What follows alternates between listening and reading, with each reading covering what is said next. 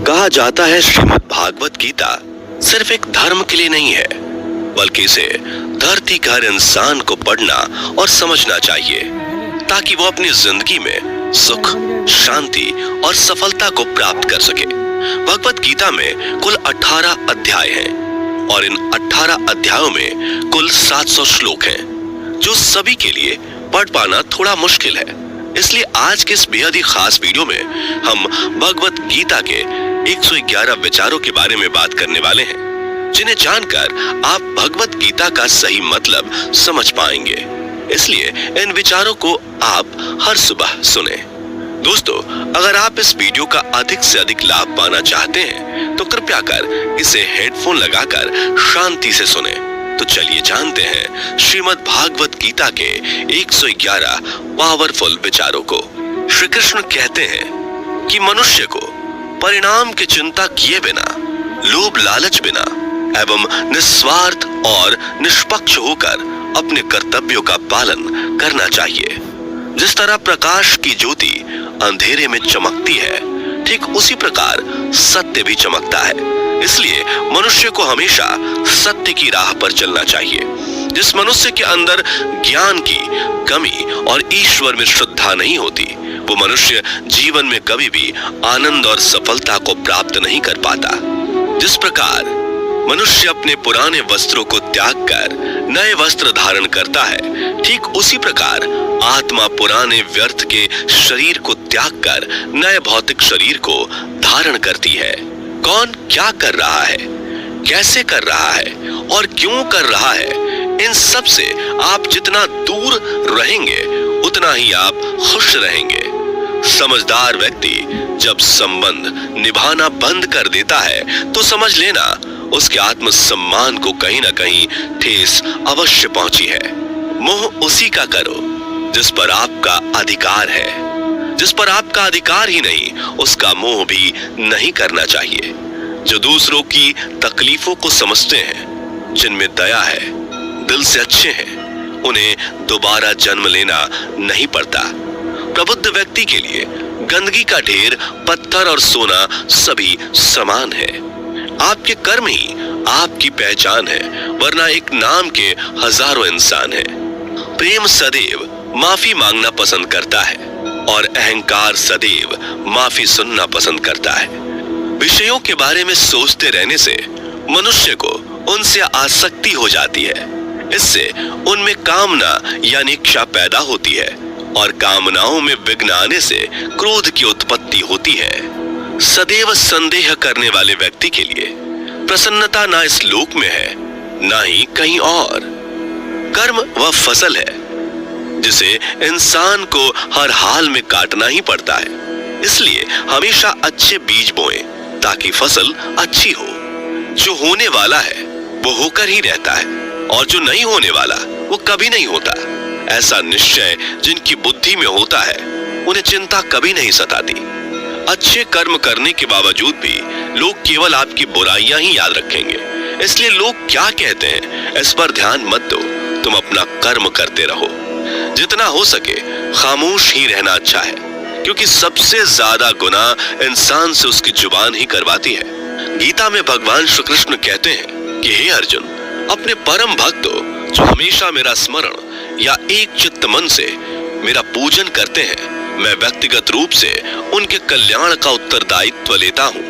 हे पार्थ, जो लोग भक्ति में श्रद्धा नहीं रखते वो मुझे प्राप्त नहीं कर पाते। अतः वे इस भौतिक जगत में जन्म मृत्यु के मार्ग पर वापस आते रहते हैं। मौन सबसे अच्छा उत्तर है किसी ऐसे व्यक्ति के लिए जो आपके शब्दों को महत्व नहीं देता। बदल जाओ वक्त के साथ, या फिर वक्त बदलना सीखो।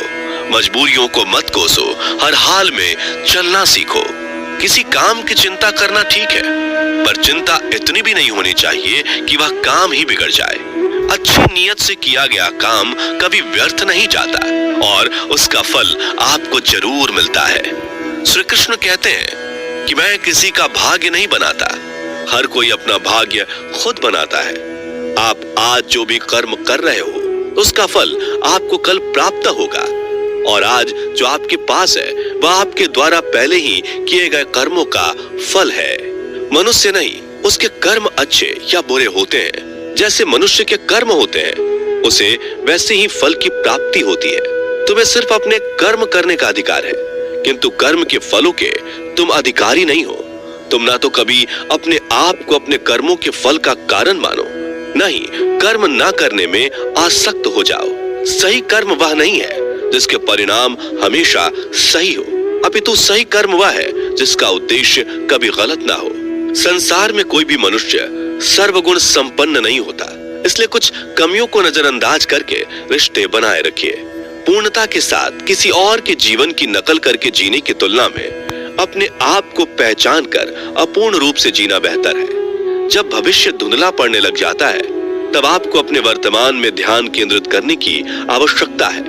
कोशिश कर, हल निकलेगा, आज नहीं तो कल निकलेगा। अर्जुन के तीर सा सद मरुस्थल से भी जल निकलेगा। जीवन की सबसे बड़ी गलती वही होती है जिस गलती से हम कुछ सीख नहीं पाते। जब हमारा मन कमजोर होता है तो परिस्थितियां समस्या बन जाती हैं, और जब हमारा मन स्थिर होता है तब परिस्थितियां चुनौती बन जाती है, और जब हमारा मन मजबूत होता है तब परिस्थितियां अवसर बन जाती हैं। मनुष्य की मानवता उसी वक्त नष्ट हो जाती है जब उसे दूसरों के दुखों पर हंसी आने लगती है।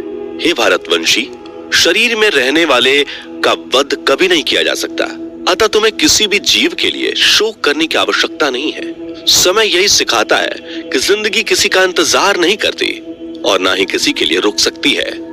जिंदगी खेलती भी उसी के साथ है जो खिलाड़ी बेहतरीन होता है। दर्द सबके एक जैसे हैं, मगर हौसले सबके अलग अलग हैं। कोई हताश होकर बिखर जाता है तो कोई संघर्ष करके निखर जाता है। मनुष्य को अपने कर्मों से संभावित परिणामों से प्राप्त होने वाली विजय या पराजय, लाभ या हानि, प्रसन्नता या दुख इत्यादि के बारे में सोचकर चिंता से ग्रसित नहीं होना चाहिए। यदि आप अपनी गलतियों से कुछ सीखते हैं तो गलतियां सीढ़ियां हैं, और नहीं सीखते तो गलतियां सागर हैं। निर्णय आपका है, चढ़ना है या डूबना है। समस्याएं इतनी ताकतवर नहीं होती जितना कि हम उन्हें मान लेते हैं। कभी सुना है कि अंधेरे ने सुबह को होने ही नहीं दिया? गलतियां ढूंढना गलत नहीं है, बस शुरुआत खुद से होनी चाहिए। जरूरी नहीं हर बार आपके शब्दों को सही समझा जाए, इसलिए कभी कभी चुप रहना ही ज्यादा बेहतर होता है। जो जितना अधिक शांत होता है वो उतनी ही गहराई से अपनी बुद्धि का प्रयोग कर सकता है। निंदा से घबराकर अपने लक्ष्य को कभी ना छोड़े, क्योंकि लक्ष्य मिलते ही निंदा करने वालों की राय बदल जाती है। आपकी हार और जीत आपकी सोच पर निर्भर करती है, इसलिए मान लो तो हार ही होगी और ठान लो तो जीत ही होगी। सबसे समझदार और स्थिर बुद्धि वाला वही व्यक्ति है जो सफलता मिलने पर अहंकार में नहीं आता और विफल होने पर गम में नहीं डूबता। प्रशंसा हो रही हो तो ज्यादा सावधान रहने की जरूरत है। जीवन में कभी भी किसी से अपनी तुलना मत कीजिए। आप जैसे हैं सर्वश्रेष्ठ हैं। मनुष्य अपने विश्वास से निर्मित होता है। जैसा वो विश्वास करता है वैसा वो बन जाता है। जिसने मन को जीत लिया उसके लिए मन सर्वश्रेष्ठ मित्र है, किंतु जो ऐसा नहीं कर पाया उसके लिए उसका मन उसका सबसे बड़ा शत्रु बन जाता है। नकारात्मक विचारों का आना तय है, परंतु यह आप पर निर्भर करता है कि आप उन्हें कितना महत्व देते हैं। हमेशा याद रखना, बेहतरीन दिनों के लिए बुरे दिनों से लड़ना पड़ता है। जीवन में कुछ भी स्थायी नहीं है, इसलिए स्वयं को अधिक तनावग्रस्त ना करें, क्योंकि परिस्थितियां चाहे कितनी भी खराब क्यों ना हो, बदलेंगी जरूर। संसार में परेशानी देने वाली की हस्ती कितनी भी बड़ी क्यों ना हो, पर भगवान की कृपा दृष्टि से बड़ी कभी नहीं हो सकती। प्रेरणा का सबसे बड़ा स्रोत आपके अपने विचार हैं, इसलिए बड़ा सोचें और खुद को जीतने के लिए हमेशा प्रेरित करें। जिसने मन को जीत लिया है उसने पहले ही परमात्मा को प्राप्त कर लिया है, क्योंकि उसने शांति प्राप्त कर ली है। ऐसे मनुष्य के लिए सुख दुख, सर्दी गर्मी और मान अपमान एक जैसे होते हैं। मुश्किलें केवल बेहतरीन लोगों के हिस्से में ही आती हैं, क्योंकि वही लोग उसे बेहतरीन तरीके से अंजाम देने की काबिलियत रखते हैं। कोई कुछ भी कहे, बस अपने आप को शांत रखो, क्योंकि सूरज कितना भी तेज क्यों ना हो, समुद्र सूखता नहीं है। जहां आपकी कोई कीमत नहीं वहां पर रुकना अनुचित है, चाहे वो किसी का घर हो या किसी का मन। जब कोई हाथ और साथ दोनों ही छोड़ देता है तब कुदरत कोई ना कोई उंगली पकड़ने वाला भेज देता है। उन्हीं का नाम कान्हा है। जो मन को नियंत्रित नहीं करते, उनके लिए वह शत्रु के समान कार्य करता है। हे अर्जुन, व्यक्ति जो चाहे बन सकता है यदि वह विश्वास के साथ इच्छित वस्तु पर लगातार चिंतन करे। सिर्फ दुनिया के सामने जीतने वाला ही विजेता नहीं होता, बल्कि किन रिश्तों के सामने कब और कहां पर हारना है यह जानने वाला भी विजेता होता है। जो लोग बुद्धि को छोड़कर भावनाओं में बह जाते हैं, उन्हें हर कोई मूर्ख बना सकता है। वक्त से पहले मिली चीज अपना मूल्य खो देती है और वक्त के बाद मिली चीज अपना महत्व। मनुष्य को अपने कर्मों से संभावित परिणामों से प्राप्त होने वाली विजय या पराजय, लाभ या हानि, प्रसन्नता या दुख इत्यादि के बारे में सोचकर चिंता से ग्रसित नहीं होना चाहिए। आत्मा पुराने शरीर को वैसे ही छोड़ देती है जैसे मनुष्य पुराने कपड़ों को उतार कर नए कपड़े धारण कर लेता है। जैसे जल में तैरती नाव को तूफान उसे अपने लक्ष्य से दूर ले जाता है, ठीक वैसे ही इंद्रिय सुख मनुष्य को गलत रास्ते की ओर ले जाता है। आपका विश्वास एक पर्वत को भी खिसका सकता है, लेकिन आपके मन का संदेह दूसरा पर्वत खड़ा कर सकता है। हमारा खुद पर विश्वास होना बहुत ही जरूरी है, क्योंकि हम अपने रास्ते पर खुद चलते हैं। वक्त कभी भी एक जैसा नहीं रहता। उन्हें भी रोना पड़ता है जो बेवजह दूसरों को रुलाते हैं। अपनी इच्छा शक्ति के माध्यम से अपने आप को नई आकृति प्रदान करें।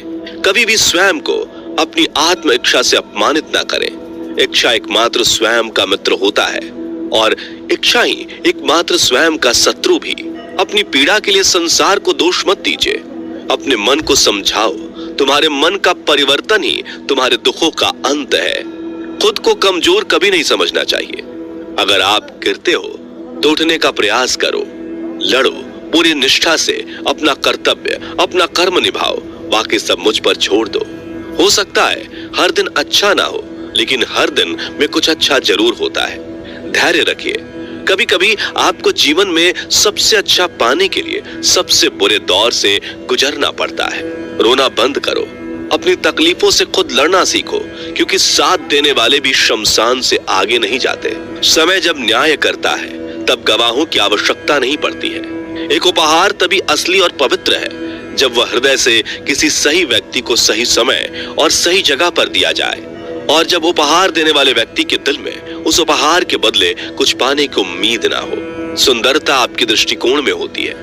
किसी को कीचड़ में खिला कमल भी लुभाता है और किसी को चांद में भी दाग नजर आता है। हे अर्जुन, जो कोई भी जिस किसी भी देवता की पूजा पूरे विश्वास के साथ करने की इच्छा रखता है, तब मैं उसका विश्वास उसी देवता में दृढ़ कर देता हूँ।